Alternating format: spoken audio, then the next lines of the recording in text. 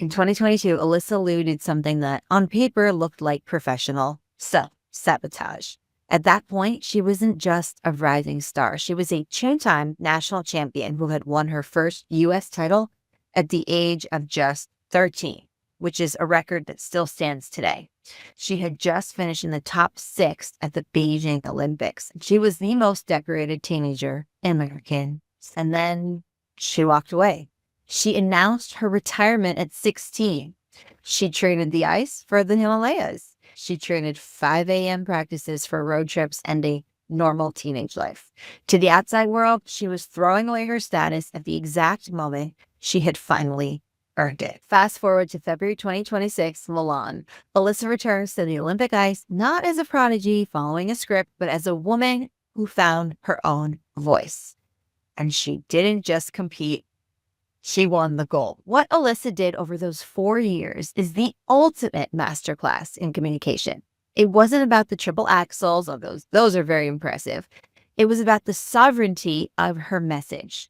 Today, we're breaking down the 3 communication lessons from the unbothered queen of skating that will change how you show up in every room you enter.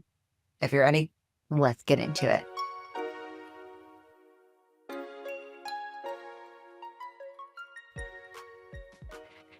We live in a world that tells us if we aren't posting, slacking, chatting, or updating, we don't exist. We think communication is about volume. We think being seen is the same thing as being heard. Alysa Liu proved the opposite.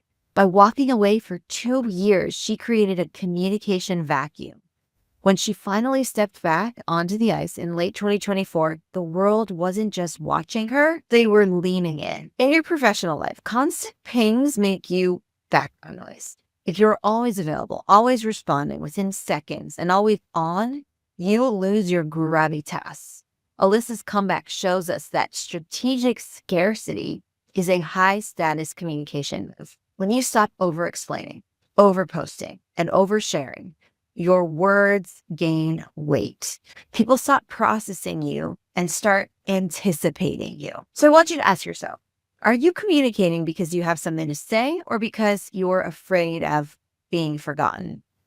Alysa wasn't afraid to be forgotten, and that's exactly why we remembered her. Let's look at the social architect move that defined her gold medal win. In a sport where everyone skated to safe, epic movie scores, Alysa chose MacArthur Park, a 1960 song known for being eccentric, complex, and deeply human. So why does this matter for your communication? Well, in my social architect framework, we talk about pattern interruption. Most professional communication is predictable. We use the same LinkedIn templates, the same, I hope this email finds you well, openers. We become invisible because we are following the script. Alysa's choice was a massive pattern interrupt. She wasn't just performing, she was architecting the energy of the arena.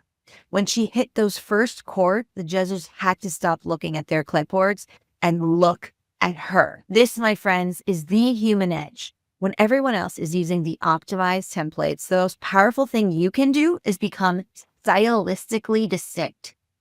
Alysa's raccoon-striped hair and her smiley piercing weren't distractions. They signaled that she wasn't there to be processed by the system. She was there to lead it. So what about in your next meeting, you don't just present? Ask yourself, what is my MacArthur Park? What is the one thing that I can do or I can say that breaks the corporate drone and forces people to see the human in the room? There's a viral clip of Alysa being interviewed right after her short program.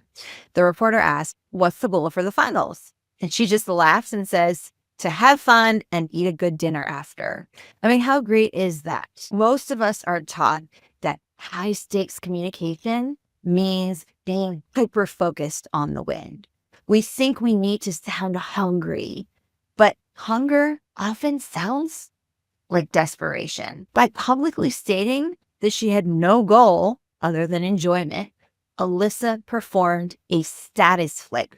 She communicated she was already whole. She didn't need the gold to be Alysa Liu. When you communicate from a place of already enough, I'm already enough, your voice resonance actually changes. In other words, you stop pushing your words. You start placing your words. This is the difference between an executive who's trying to prove themselves and an executive who simply is. Okay, I don't want you to just watch Alyssa's story. I want you to find your own human edge.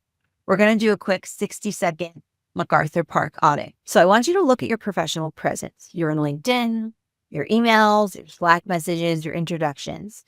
And now ask yourself these 3 questions. Is it algorithmically perfect or authentically human? If I ran your last 3 emails through an AI detector, would it find you or would it find a polite corporate ghost? What is one unpolished truth you can share in your next update? Where is the pattern interrupt? If somebody scrolled through your profile, what would make them stop? Is there a raccoon stripe in your career? A bold opinion or a unique visual style? If there's no friction, there's no memory. Are you communicating from lack or abundance?